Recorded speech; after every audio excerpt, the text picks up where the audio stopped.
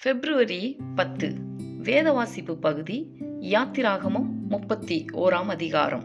பின்னும் கர்த்தர் மோசேயை நோக்கி, நான் யூதாவின் கோத்திரத்தில் ஊருடைய மகனான ஊரியின் குமாரன் பெசலெயேலை பேர் சொல்லி அழைத்து வினோதமான வேலைகளை அவன் யோசித்து செய்கிறதற்கும், பொன்னிலும் வெள்ளியிலும் வெண்கலத்திலும் வேலை செய்கிறதற்கும், இரத்தினங்களை முத்திரை வெட்டாக வெட்டி பதிக்கிறதற்கும், மரத்தில் சித்திர வேலைகளை செய்கிறதற்கும் மற்றும் சகலவித வேலைகளையும் யூகித்து செய்கிறதற்கும் வேண்டிய ஞானமும் புத்தியும் அறிவும் அவனுக்கு உண்டாக அவனை தேவ ஆவியினால் நிரப்பினேன். மேலும் தான் கோத்திரத்தில் உள்ள அகிசாமாகின் குமாரனாகிய அகோலியாபையும் அவனோடே துணையாக கூட்டினதுமன்றி, ஞான இருதயமுள்ள யாவருடைய இருதயத்திலும் ஞானத்தை அருளினேன். நான் உனக்கு கட்டளையிட்ட யாவையும் அவர்கள் செய்வார்கள். ஆசரிப்பு கூடாரத்தையும் சாட்சி பெட்டியையும் அதன் மேல் உள்ள கிருபாசனத்தையும் கூடாரத்தில் உள்ள சகல பனிமுட்டுகளையும் மேஜையையும் அதன் பனிமுட்டுகளையும் சுத்தமான குத்து விளக்கையும் அதன் சகல கருவிகளையும் தூபபீடத்தையும் தகன பலிபீடத்தையும் அதன் சகல பனிமுட்டுகளையும் தொட்டியையும் அதன் பாதத்தையும் ஆராதனை வஸ்திரங்களையும் ஆசாரிய ஊழியம் செய்வதற்கான ஆசாரியனாகிய ஆரோனின் பரிசுத்த வஸ்திரங்களையும் அவன் குமாரரின் வஸ்திரங்களையும் அபிஷேக தைலத்தையும் பரிசுத்த ஸ்தலத்துக்கு சுகந்த வர்க்கங்களாகிய தூப வர்க்கத்தையும் நான் உனக்கு கட்டளையிட்டபடியே அவர்கள் செய்ய வேண்டும் என்றார்.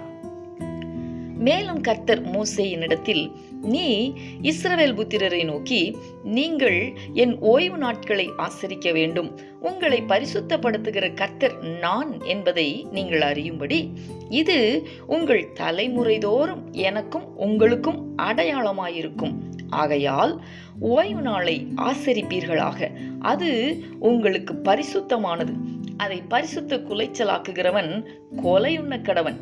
அதிலே வேலை செய்கிற எந்த ஆத்துமாவும் தன் ஜனத்தின் நடுவில் இராதபடிக்கு அறுப்புண்டு போவான். 6 நாளும் வேலை செய்யலாம், 7ஆம் நாளோ வேலை ஒழிந்திருக்கும் ஓய்வு நாள். அது கர்த்தருக்கு பரிசுத்தமானது. ஓய்வு நாளில் வேலை செய்கிறவன் எவனும் கொலை செய்யப்பட வேண்டும். ஆகையால் இஸ்ரவேல் புத்திரர் தங்கள் தலைமுறைதோறும் ஓய்வு நாளை நித்திய உடன்படிக்கையாக ஆசரிக்கும்படி அதை கைக்கொள்ள கடவர்கள். அது என்றைக்கும் எனக்கும் இஸ்ரவேல் புத்திரருக்கும் அடையாளமாயிருக்கும். 6 நாளைக்குள்ளே கர்த்தர் வானத்தையும் பூமியையும் உண்டாக்கி 7ஆம் நாளிலே ஓய்ந்திருந்து பூரித்தார் என்றார். சீனாய் மலையில் அவர் மோசேயோடே பேசி முடித்தபின் தேவனுடைய விரலினால் எழுதப்பட்ட கற்பலகைகளாகிய சாட்சியின் 2 பலகைகளை அவனிடத்தில் கொடுத்தார். யாத்திராகமம் 32ஆம் அதிகாரம். மோசே மலையிலிருந்து இறங்கி வர தாமதிக்கிறதை ஜனங்கள் கண்டபோது அவர்கள் ஆரோனிடத்தில் கூட்டங்கூடி அவனை நோக்கி, எகிப்து தேசத்திலிருந்து எங்களை அழைத்து கொண்டு வந்த அந்த மோசேக்கு என்ன சம்பவித்ததோ அறியோம். ஆதலால் நீர் எழுந்து எங்களுக்கு முன் செல்லும் தெய்வங்களை எங்களுக்காக உண்டு பண்ணும் என்றார்கள். அதற்கு ஆரோன், உங்கள் மனைவிகள் குமாரர் குமாரத்திகளுடைய காதுகளில் இருக்கிற பொன் அணிகளை கழற்றி என்னிடத்தில் கொண்டு வாருங்கள் என்றான். ஜனங்கள் எல்லாரும் தங்கள் காதுகளில் இருந்த பொன் அணிகளை கழற்றி ஆரோனிடத்தில் கொண்டு வந்தார்கள். அவர்கள் கையிலிருந்து அவன் அந்த பொன்னை வாங்கி சிற்ப கருவியினால் கருப்பிடித்து ஒரு கன்றுக்குட்டியை வார்ப்பித்தான். அப்பொழுது அவர்கள், இஸ்ரவேலரே, உங்களை எகிப்து தேசத்திலிருந்து அழைத்து கொண்டு வந்த உங்கள் தெய்வங்கள் இவைகளே என்றார்கள்.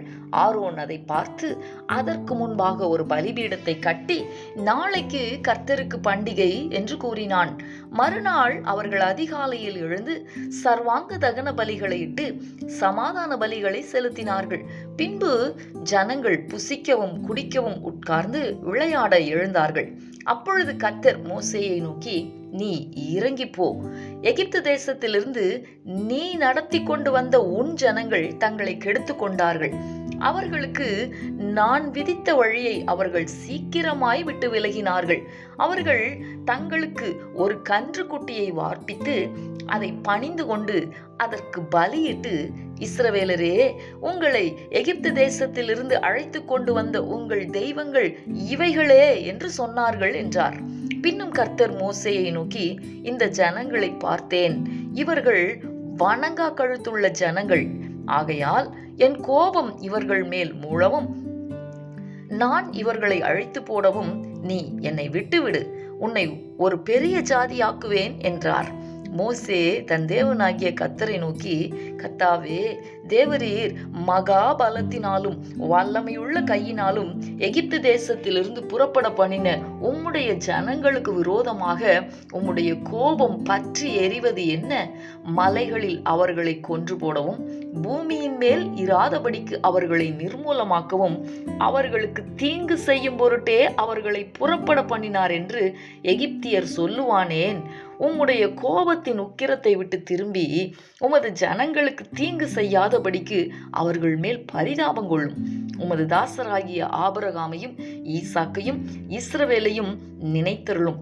உங்கள் சந்ததியை வானத்து நட்சத்திரங்களைப் போல பெருக பண்ணி நான் சொன்ன இந்த தேசம் முழுவதையும் உங்கள் சந்ததியார் என்றைக்கும் சுதந்தரித்துக் கொள்ளும்படிக்கு அவர்களுக்கு கொடுப்பேன் என்று உம்மை கொண்டே அவர்களுக்கு ஆணையிட்டு சொன்னீரே என்று கெஞ்சி பிரார்த்தித்தான். அப்பொழுது கர்த்தர் தமது ஜனங்களுக்கு செய்ய நினைத்த தீங்கை செய்யாதபடிக்கு பரிதாபம் கொண்டார். பின்பு மோசே மலையிலிருந்து இறங்கினான். சாட்சி பலகைகள் 2 அவன் கையில் இருந்தது. அந்த பலகைகள் இருபுறமும் எழுதப்பட்டிருந்தது. அவைகள் இந்த பக்கத்திலும் அந்த பக்கத்திலும் எழுதப்பட்டிருந்தது. அந்த பலகைகள் தேவனால் செய்யப்பட்டதாயும் அவைகளிலே பதிந்த எழுத்து தேவனால் எழுதப்பட்ட எழுத்துமாய் இருந்தது. ஜனங்கள் ஆரவாரம் பண்ணுகிறதை யோசுவா கேட்டு மோசேயை நோக்கி, பாளையத்தில் யுத்தத்தின் இரைச்சல் உண்டாயிருக்கிறது என்றான். அதற்கு மோசே, அது ஜெயதொனியாகிய சத்தமும் அல்ல, அபஜெயதொனியாகிய சத்தமும் அல்ல, பாடலின் சத்தம் எனக்கு கேட்கிறது என்றான். அவன் பாளையத்துக்கு சமீபித்து அந்த கன்றுக்குட்டியையும் நடனத்தையும் கண்டபோது மோசே கோபம் உண்டவனாகி தன் கையிலே இருந்த பலகைகளை மலையின் அடியிலே எறிந்து உடைத்து போட்டு அவர்கள் உண்டு பண்ணின கன்றுக்குட்டியை எடுத்து அக்கினியில் சுட்டெரித்து அதை பொடியாக அரைத்து தண்ணீரின் மேல் தூவி அதை இஸ்ரவேல் புத்திரர் குடிக்கும்படி செய்தான். பின்பு மோசே ஆரோனை நோக்கி, நீ இந்த ஜனங்கள் மேல் இந்த பெரும் பாதகத்தை சுமத்துகிறதற்கு இவர்கள் உனக்கு என்ன செய்தார்கள் என்றான். அதற்கு ஆரோன், என் ஆண்டவனுக்கு கோபம் மூளாதிருப்பதாக, இது பொல்லாத ஜனம் என்று நீர் அறிந்திருக்கிறீர். இவர்கள் என்னை நோக்கி, எங்களுக்கு முன் செல்லும் தெய்வங்களை எங்களுக்கு உண்டு பண்ணும், எகிப்து தேசத்திலிருந்து எங்களை அழைத்து கொண்டு வந்த அந்த மோசேக்கு என்ன சம்பவித்ததோ அறியோம் என்றார்கள். அப்பொழுது நான், பொன்னுடைமை உடையவர்கள் எவர்களோ அவர்கள் அதை கழற்றி தர கடவர்கள் என்றேன். அவர்கள் அப்படியே செய்தார்கள். அதை அக்கினியிலே போட்டேன், அதிலிருந்து இந்த கன்றுக்குட்டி வந்தது என்றான். ஜனங்கள் தங்கள் பகைவருக்குள் அவமானப்படத்தக்கதாக ஆரோன் அவர்களை நிர்வாணமாக்கி இருந்தான். அவர்கள் நிர்வாணமாயிருக்கிறதை மோசே கண்டு பாளையத்தின் வாசலில் நின்று, கர்த்தருடைய பட்சத்தில் இருக்கிறவர்கள் யார்? அவர்கள் என்னிடத்தில் சேர கடவர்கள் என்றான். அப்பொழுது லேவியின் புத்திரர் எல்லாரும் அவனிடத்தில் கூடி வந்தார்கள். அவன் அவர்களை நோக்கி, உங்களில் ஒவ்வொருவனும் தன் பட்டயத்தை தன் அறையிலே கட்டிக்கொண்டு பாளையம் எங்கும் உள்ளும் புறம்பும் வாசலுக்கு வாசல் போய் ஒவ்வொருவனும் தன் தன் சகோதரனையும் ஒவ்வொருவனும் தன் தன் சிநேகிதனையும் ஒவ்வொருவனும் தன் தன் அயலானையும் கொன்று போட கடவன் என்று இஸ்ரவேலின் தேவனாகிய கர்த்தர் சொல்லுகிறார் என்றான். லேவியின் புத்திரர் மோசே சொன்னபடியே செய்தார்கள். அந்நாளில் ஜனங்கள் ஏறக்குறைய 3000 பேர் விழுந்தார்கள். கர்த்தர் இன்றைக்கு உங்களுக்கு ஆசீர்வாதம் அளிக்கும்படி இன்றைக்கு நீங்கள் அவனவன் தன் தன் மகனுக்கும் சகோதரனுக்கும் விரோதமாயிருக்கிறதினால் கர்த்தருக்கு உங்களை பிரதிஷ்டை பண்ணுங்கள் என்று மோசே சொல்லியிருந்தான். மறுநாளில் மோசே ஜனங்களை நோக்கி, நீங்கள் மகா பெரிய பாவம் செய்தீர்கள், உங்களுக்காக பாவ நிவர்த்தி செய்யக்கூடுமோ என்று அறிய இப்பொழுது நான் கர்த்தரிடத்திற்கு ஏறி போகிறேன் என்றான். அப்படியே மோசே கர்த்தரிடத்திற்கு திரும்பி போய், ஐயோ, இந்த ஜனங்கள் பொன்னினால் தங்களுக்கு தெய்வங்களை உண்டாக்கி மகா பெரிய பாவம் செய்திருக்கிறார்கள். ஆகிலும் தேவரீர் அவர்கள் பாவத்தை மன்னித்தருளுவீரானால் மன்னித்தருளும், இல்லாவிட்டால் நீர் எழுதின உம்முடைய புஸ்தகத்திலிருந்து என் பெயரை கிறுக்கி போடும் என்றான். அப்பொழுது கர்த்தர் மோசேயை நோக்கி, எனக்கு விரோதமாய் பாவம் செய்தவன் எவனோ அவன் பேரை என் புஸ்தகத்திலிருந்து கிறுக்கி போடுவேன். இப்பொழுது நீ போய் நான் உனக்கு சொன்ன இடத்துக்கு ஜனங்களை அழைத்து கொண்டு போ. என் தூதனானவர் உனக்கு முன் செல்லுவார். ஆகிலும் நான் விசாரிக்கும் நாளில் அவர்களுடைய பாவத்தை அவர்களிடத்தில் விசாரிப்பேன் என்றார். ஆரோன் செய்த கன்றுக்குட்டியை ஜனங்கள் செய்வித்ததின் நிமித்தம் கர்த்தர் அவர்களை உபாதித்தார். சங்கீதம் 41. சிறுமைப்பட்டவன் மேல் சிந்தையுள்ளவன் பாக்கியவான். தீங்கு நாளில் கர்த்தர் அவனை விடுவிப்பார். கர்த்தர் அவனை பாதுகாத்து அவனை உயிரோடே வைப்பார். பூமியில் அவன் பாக்கியவானாயிருப்பான். அவன் சத்துருக்களின் இஷ்டத்திற்கு நீர் அவனை ஒப்புக்கொடீர். படுக்கையின் மேல் வியாதியாய் கிடக்கிற அவனை கர்த்தர் தாங்குவார். அவனுடைய வியாதியிலே அவன் படுக்கை முழுவதையும் மாற்றி போடுவீர். கர்த்தாவே, என் மேல் இரக்கமாயிரும். உமக்கு விரோதமாய் பாவம் செய்தேன், என் ஆத்துமாவை குணமாக்கும் என்று நான் சொன்னேன். அவன் எப்பொழுது சாவான், அவன் பேர் எப்பொழுது அழியும் என்று என் சத்துருக்கள் எனக்கு விரோதமாய் சொல்லுகிறார்கள். ஒருவன் என்னை பார்க்க வந்தால் வஞ்சனையாய் பேசுகிறான். அவன் தன் இருதயத்தில் அக்கிரமத்தை சேகரித்து கொண்டு தெருவிலே போய் அதை தூற்றுகிறான். என் பகைஞர் எல்லாரும் என் மேல் ஏகமாய் முணுமுணுத்து எனக்கு விரோதமாயிருந்து எனக்கு பொல்லாங்கு நினைத்து தீரா வியாதி அவனை பிடித்து கொண்டது. படுக்கையில் கிடக்கிற அவன் இனி எழுந்திருப்பதில்லை என்கிறார்கள். என் பிராண சிநேகிதனும் நான் நம்பினவனும் என் அப்பம் புசித்தவனுமாகிய மனுஷனும் என் மேல் தன் குதிகாலை தூக்கினான். கர்த்தாவே, நீர் எனக்கு இறங்கி நான் அவர்களுக்கு சரிகட்ட என்னை எழுந்திருக்க பண்ணும்.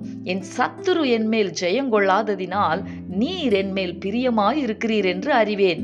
நீர் என் உத்தமத்திலே என்னை தாங்கி என்றென்றைக்கும் உம்முடைய சமூகத்தில் என்னை நிலைநிறுத்துவீர்.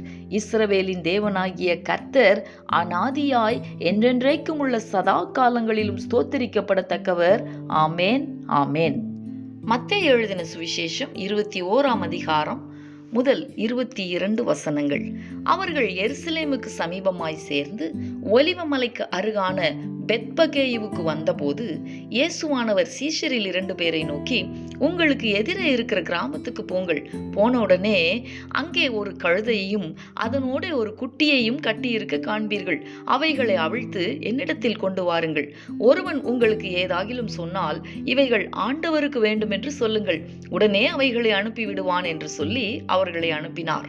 இதோ, உன் ராஜா சாந்த குணமுள்ளவராய் கழுதையின் மேலும் கழுதை குட்டியாகிய மரியின் மேலும் ஏறிக்கொண்டு உன்னிடத்தில் வருகிறார் என்று சீயோன் குமாரத்திக்கு சொல்லுங்கள் என்று தீர்க்கதரிசியினால் உரைக்கப்பட்டது நிறைவேறும்படி இதெல்லாம் நடந்தது. சீஷர்கள் போய் இயேசு தங்களுக்கு கட்டளையிட்டபடியே செய்து கழுதையையும் குட்டியையும் கொண்டு வந்து அவைகள் மேல் தங்கள் வஸ்திரங்களை போட்டு அவரை ஏற்றினார்கள். திரளான ஜனங்கள் தங்கள் வஸ்திரங்களை வழியிலே விரித்தார்கள். வேறு சிலர் மரக்கிளைகளை தரித்து வழியிலே பரப்பினார்கள்.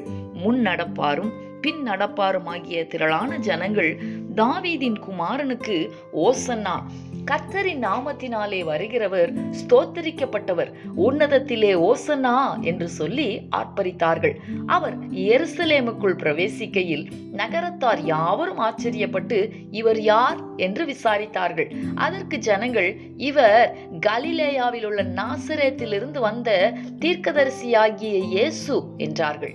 இயேசு தேவாலயத்தில் பிரவேசித்து ஆலயத்திலே விற்கிறவர்களும் கொள்ளுகிறவர்களும் ஆகிய யாவரையும் வெளியே துரத்தி காசுக்காரருடைய பலகைகளையும் புறா விற்கிறவர்களின் ஆசனங்களையும் கவிழ்த்து, என்னுடைய வீடு ஜெப வீடு என்னப்படும் என்று எழுதியிருக்கிறது, நீங்களோ அதை கள்ளர் குகையாக்கினீர்கள் என்றார். அப்பொழுது குருடரும் சப்பானிகளும் தேவாலயத்திலே அவரிடத்திற்கு வந்தார்கள். அவர்களை சொஸ்தமாக்கினார்.